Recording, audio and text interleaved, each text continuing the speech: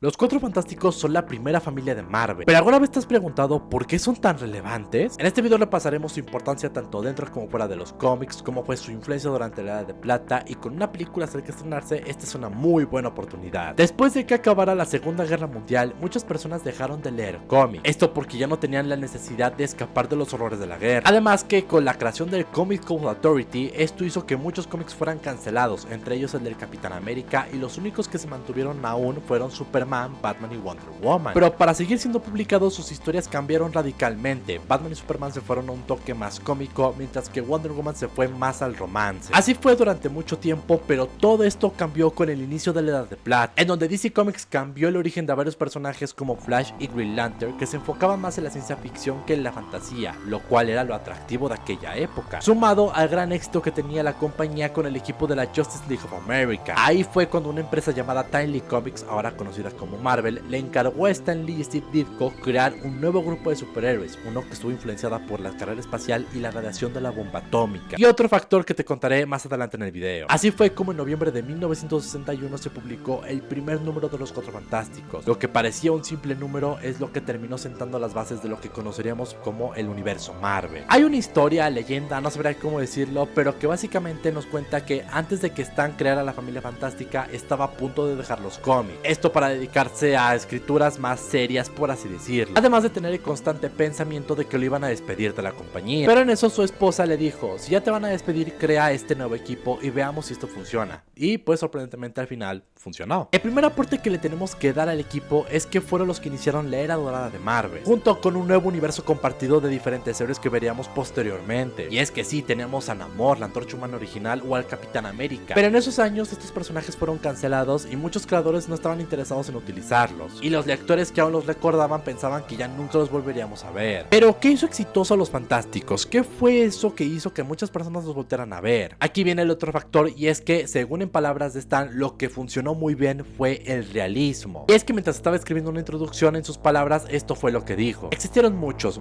superhéroes que retozaban alegremente en sus pequeños y coloridos pantalones largos antes de que los Cuatro Fantásticos aparecieran en la escena. Sin embargo, prácticamente ninguno manifestó problemas personales, ninguno tuvo que preocuparse por cómo ganarse la vida, y ninguno discutió o perdió los estribos con otros héroes de la compañía. Y todo esto, junto con su origen, trataron de hacerlo de una manera real. El equipo se dirigió a una misión espacial en la cual fueron afectados por rayos cósmicos, que les terminó dando sus poderes. El cuarteto decidió usar sus habilidades para el bien, instalándose en Nueva York en el edificio Baxter. Desde el origen vemos qué es lo que hizo diferente Stan Lee y Jack Kirby para salirse del molde de superhéroe de aquella época. Eran personajes que no tenían una identidad secreta como tal. Sí tenían sus nombres, pero nunca se ocultaron debajo de una máscara, además de que eran una familia, y como en toda familia, peleaban todo el tiempo, siempre se estaban molestando o tenían sus diferencias. Esto está muy marcado en cómo se llevaban de pesado la Muela y la Antorcha Humana, o la relación entre Reed y Sue. Esto hacía que los problemas se sintieran mucho más cercanos a la realidad y a veces a los lectores. Además que las personalidades eran muy importantes para hacer al equipo, y lo interesante de los Cuatro Fantásticos es que sus personalidades eran muy marcadas, y como humanos todos tenemos fallas. Esto hizo aún más que los lectores pudieran identificarse con los personajes o con cualquier miembro de la familia, sumado a que volvemos a ver el realismo que Stan quería implementar en sus historias, ya que al instalarse en Nueva York, una ciudad real, hacía que los lectores también pudieran identificarse aún más, a diferencia de otros héroes que vivían en ciudades ficticias como Metrópolis o Gotham City, sumado a que Stan siempre vivió en Nueva York y para él ese era su entorno, y siempre se preguntaba: ¿cómo sería si estos personajes ahorita llegaran volando cerca de mí? ¿Cómo se movería el equipo en esta ciudad en donde yo vivo? Por otro lado, las historias de la familia también no eran la típica de que los héroes se unen para derrotar al villano del mes y ya, sino que la trama nos habla de que los fantásticos son aventureros, científicos, exploradores. Si pueden ayudar a alguien en el camino, lo harán, enfrentándose a lo desconocido, descubriendo nuevas realidades, viajando por el espacio, entre muchas aventuras que Lee y Kirby nos introdujeron en este título. Pero con todo lo anterior dicho, otro factor que hizo que la familia fantástica fuera aún más importante dentro del universo de Marvel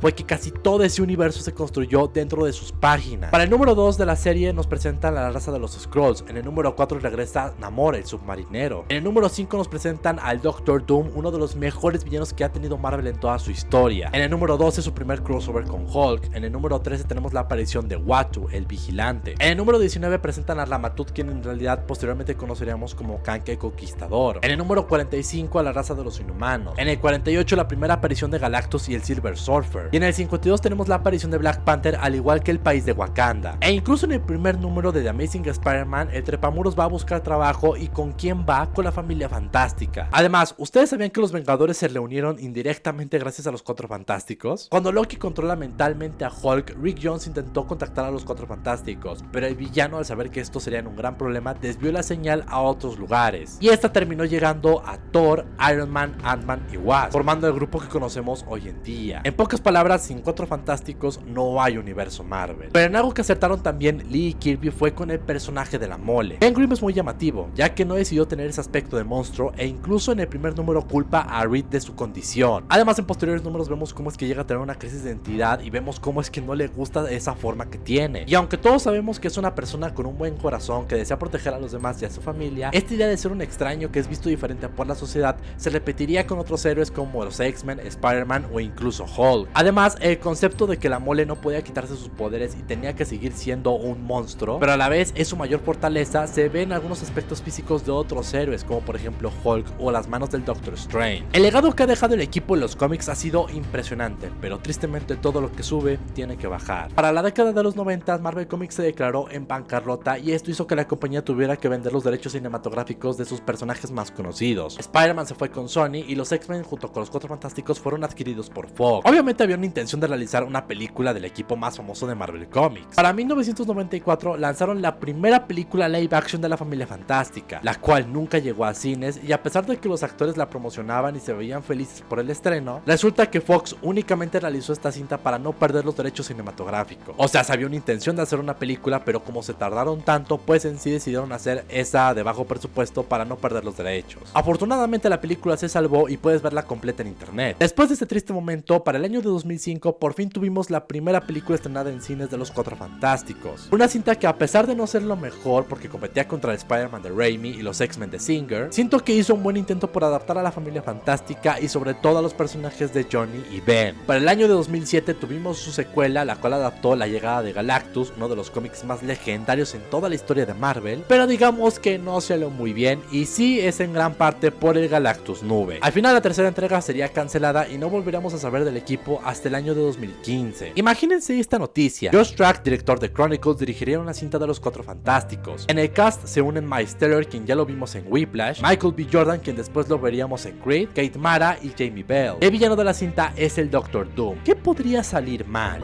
It's fantastic. Sí, tristemente, aunque tenía muchas cosas para triunfar, esta cinta no fue muy buena. Fue bastante mala. Esto más que nada fue por cambios en el guión, en la dirección y en la producción, y todo esto se vio reflejado en lo desastroso que le fue en tanto crítica como en taquilla a la cinta. El fracaso de la cinta fue tan grande que incluso los Cuatro Fantásticos fueron cancelados en los cómics, aunque posteriormente también se supo que Disney hizo esta jugada para presionar a Fox y que pues en sí les devolviera los derechos cinematográficos del equipo a Disney. Todo estaba saliendo mal para la familia fantástica hasta el año de 2019. Disney compró Fox. Esto daría pie a que los Cuatro Fantásticos y los X-Men regresaban a casa, sumado a que un año antes la primera familia de Marvel regresó en los cómics de la mano de Dan Slott. Además que el UCM estaba muy avanzado, ya que en ese mismo año saldría la película que lo cambiaría todo, Avengers Endgame. La gran era del UCM estaba llegando a su fin, y al decirle adiós a los personajes más importantes de esta saga, Marvel Studios tendría que enfocarse en los seres adquiridos. Aunque obviamente todos queríamos que iniciaran con los X-Men, Fox ya había hecho muy buenos aciertos como malos con esta franquicia. Así que antes de los mutantes tendrían que utilizar a los personajes que vieron nacer al universo Marvel en las páginas. Era hora de una buena adaptación de los Cuatro Fantásticos. Faltan días para que salga la nueva película de los Cuatro Fantásticos bajo esta nueva era del UCM, y vaya que necesitan un gran empujón debido a los fracasos que han tenido. Si les soy sincero, la cinta sí la espero demasiado, me gusta mucho este toque retrofuturista que tiene y espero que sea una buena adaptación. Así llegamos al final de este video. Si te gustó, pues dale like y compártelo, porque la verdad me costó bastante hacerlo. Y si te gustaría participar en otras dinámicas como elegir cuál va a ser el siguiente tema del video, sígueme en mis redes sociales. Un abrazo y los quiero mucho. Bye.